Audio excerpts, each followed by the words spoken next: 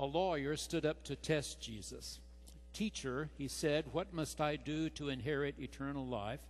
And Jesus said to him, "What is written in Torah? What do you read there?"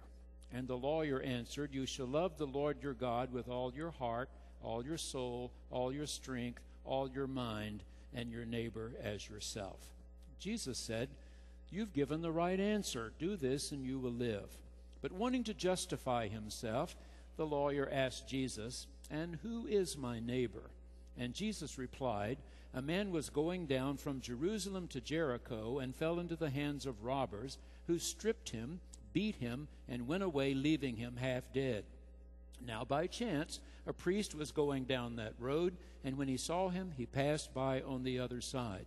So likewise a Levite, when he came to the place and saw him, passed by on the other side.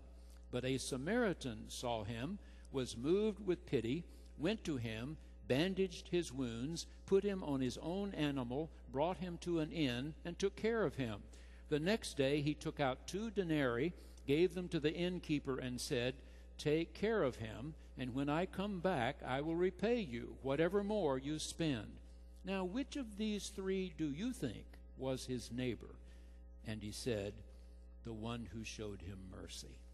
This is the word of the Lord. Thanks be to God.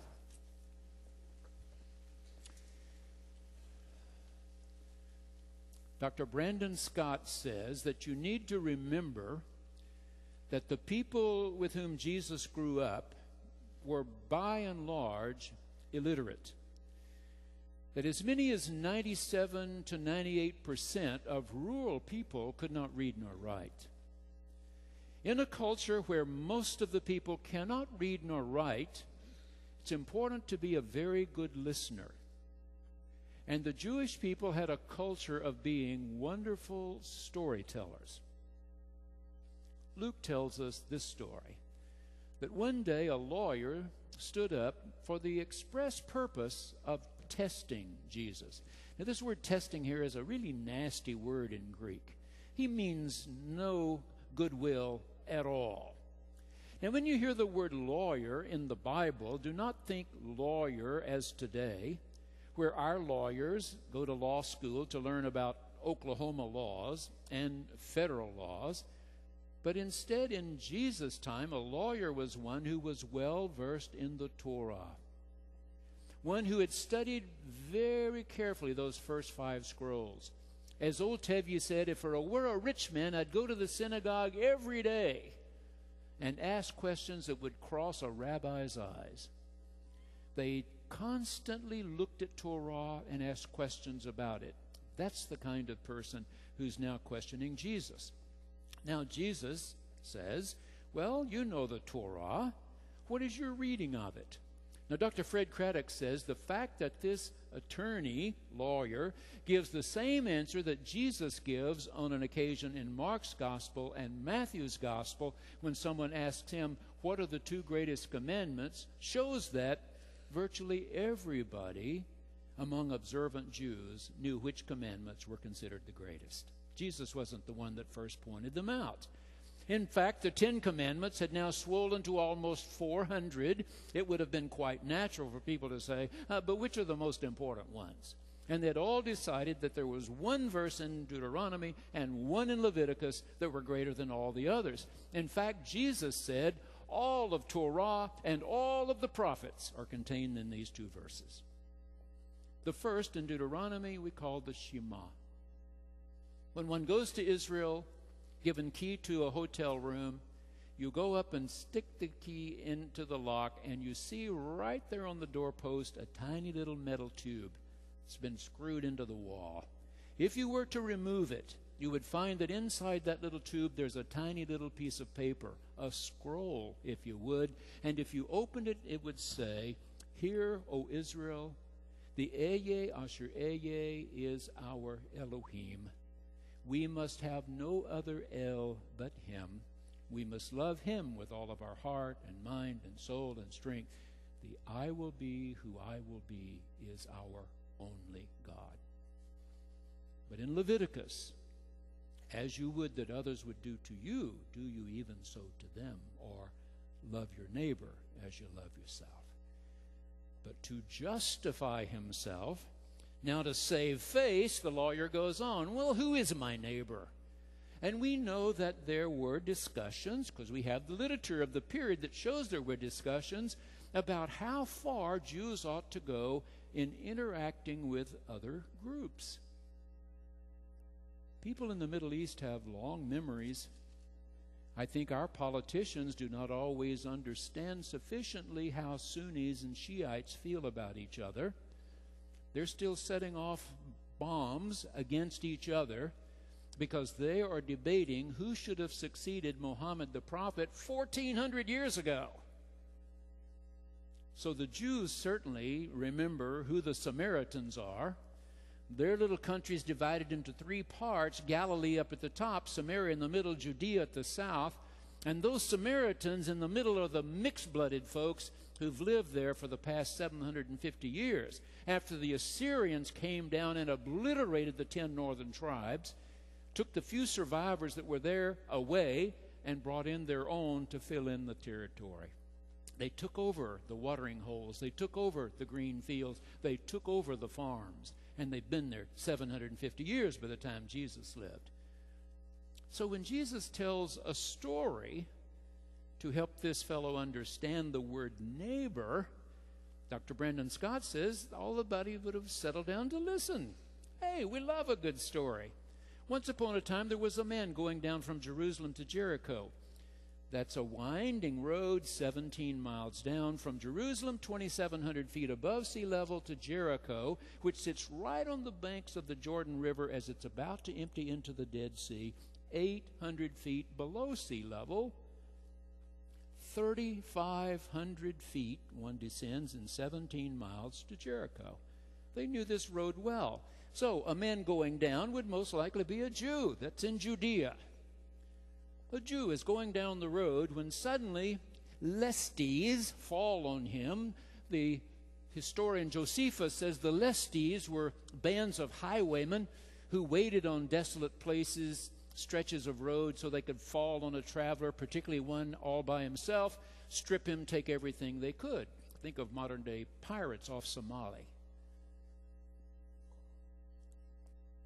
They listen carefully. When they hear there's a man who's been stripped, beaten, left to die, Dr. Brandon Scott says, aha, this is a hero story. This is a hero story. They knew this story. Well, maybe not the details, but they know that somebody doesn't help and somebody does. The ones who don't help in this case are a priest, a descendant of Moses, Aaron, Miriam, and a Levite who assisted the priest in the temple in Jerusalem.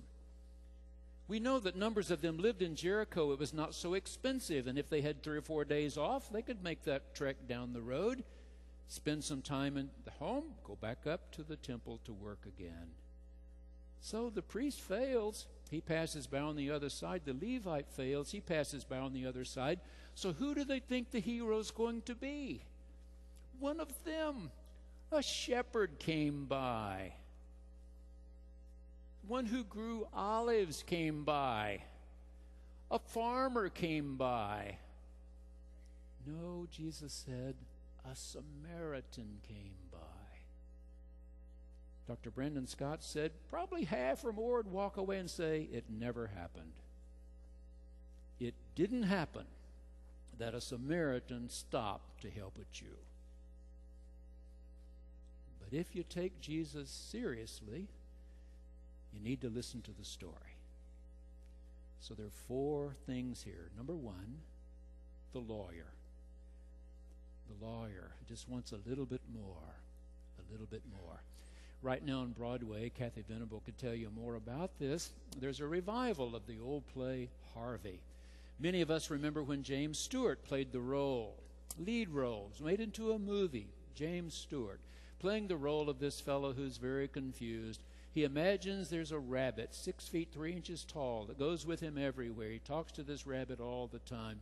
Finally, his family commits him to a psychiatric hospital. But the other day I was reading in the Wall Street Journal an interview with the man who's playing the psychiatrist at the hospital. His name is Charles Kimbrough. He's 76 years old in real life. This reviewer said he's doing a terrific job as the head of this hospital. Grew up in Chicago. This actor went to University of Indiana, was graduated, went to Yale School of Drama after that, and he said, then I wanted to try to make it in New York City. You know, when I got there, I just hoped that maybe I'd get a part, I'd be on stage 5 minutes. Just 5 minutes on a Broadway stage. But you know how it is, and this is what he said. When you pray your prayers at night and things get better, you always raise the demand. You always want more. Always. Number 2, you have the priest, you have the Levites. Dr. Fred Craddock in his commentary says, don't demonize these two. These are God's people who do God's work at the temple in Jerusalem. They have a law that if this man is dead and they touch a corpse to whom they are not related, family member, they're ritually unclean. They cannot go back to work. These lesties may be hiding in the rocks. This fellow may be just there to draw someone else, and they can fall on him as well. But something's happened to them. I mean, their own laws say if there's someone in need, you're supposed to go and try to help. They move on. There's a new movie that's come out of Sweden called Easy Money. Joe Morgenstern, who reviews movies for the Wall Street Journal, wrote about this one. The lead character is brilliant, but he seems to have no sense of morals whatsoever. He's come from a blue-collar family. Everybody wants him to go to college. He's trying hard, doing well, supporting himself in a number of ways. He writes term papers for the other students for a fee. He drives a taxi at night, a taxi that belongs to the mob. He doesn't seem mind doing business with them at all. He's able to get enough good clothes. He can show up in important places. And a young heiress named Sophie is falling for him. And then Joe Morgenstern writes, when you see this movie, you're going to want to whisper, Sophie, not him. Not him. This is a brain disconnected from his heart. Isn't that a good line? Here's a brain disconnected from his heart. Sometimes our brain tells us to do one thing. Our heart tells us to do more. We decide to listen to the brain. Number 3, this Samaritan. This Samaritan's out of his element. He's in Judea. His country is farther north.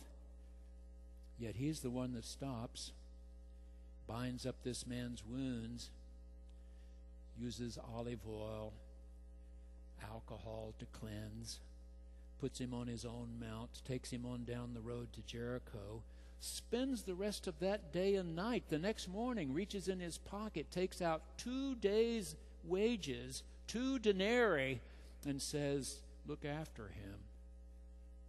I'll be back. If you've spent more, I will repay you. Yeah, that one. I was a history major in undergraduate school. I know a fair amount about World War II. You may remember in June 1940, the French and the Russians decided to sign an armistice with Hitler and the Third Reich. Hitler made all kinds of promises. To Stalin, he said, we will not bother you. You're of no concern to us. We will not harm Russia. Stalin signed. To the French, the Germans were more difficult. They said, we're going to divide your country. Part of it will be occupied by us. The other part will be unoccupied. You'll be absolutely free. If all of your military will lay down their arms, they will immediately be freed into the unoccupied part of France. The Vichy signed. the French army laid down their weapons. Now, one of the young men in the French army was named Jean Léon. He was an artist who'd come to this country to seek his fortune. He was an abstract painter. Went home to France when he saw the difficulties that the Third Reich was visiting on all of Western Europe, signed up, enlisted in the French army. So when they were told, lay down your weapons, the Germans are going to let you go freely into the unoccupied territory, he too laid down his weapon, and the Germans surrounded and captured 1.5 million French soldiers. And they made slaves of them. Because Adolf Hitler had every intention of invading Russia, he did invade Russia, and he moved these 1.5 million French soldiers to the Polish-Russian border to do all the slave work that he needed to have done. They were literally made slaves. They didn't know if they'd be there a week or a month or a year. It turned out 5 years, of course, before the war was over. All the soldiers given a little piece of bread every night, a little bit of gruel, maybe, and then marched out before daylight the next morning to rebuild bombed-out bridges and railroads. Finally, it was all over, and Jean Léon wrote a book about it. This artist, who would not be an abstract painter ever again, he would paint pictures of loaves of bread and fruit, something to eat, people who had plenty. But in his book he said, we Frenchmen learned that we had to become a community or die. We had to become brothers or die. And so at night, when finally we were back inside the camps, we would sit in small groups in the dark and talk. In the winter, we almost froze to death. In the summertime, it was so hot, unbearably hot. If our boots wore out, we had to work barefoot. Our clothes were tattered, filthy. So many got sick, thousands died. But we became brothers. We would sit in these small groups and say, what did you do before you enlisted? I was a farmer. Tell me about farming. I don't know anything about farming. Please. And this one would teach. The next night, they would be so weary, so tired.